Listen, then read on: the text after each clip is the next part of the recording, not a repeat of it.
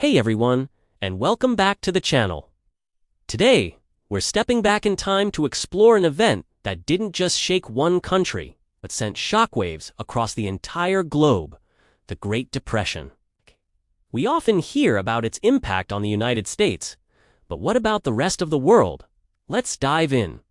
It all started with the Wall Street crash of 1929, but the fallout spread like wildfire. The U.S., a major lender and consumer at the time, drastically cut back on its international loans and purchases. Imagine a huge customer suddenly disappearing. That's what happened to countries in Latin America and Asia that depended on exporting their raw materials like coffee, rubber, and tin to the States. Their economies were hit hard, leading to widespread unemployment and poverty. Across the Atlantic in Europe, the situation was just as dire.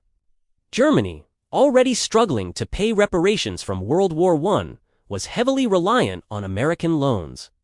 When that money dried up, its economy collapsed, fueling political instability that would have catastrophic consequences.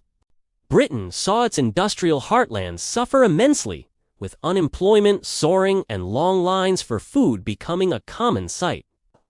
In France, the impact was delayed but eventually led to political unrest and a sharp decline in trade. But the effects weren't just economic. The Great Depression created a fertile ground for radical ideas. People were desperate for solutions, and this desperation led to the rise of extremist political movements in several countries. It strained international relations as nations turned inward, raising tariffs and creating trade barriers in a desperate attempt to protect their own economies.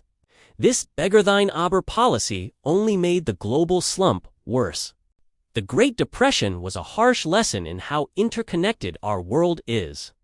It showed that an economic crisis in one major country could trigger a devastating domino effect globally, reshaping economies, politics, and societies for decades to come.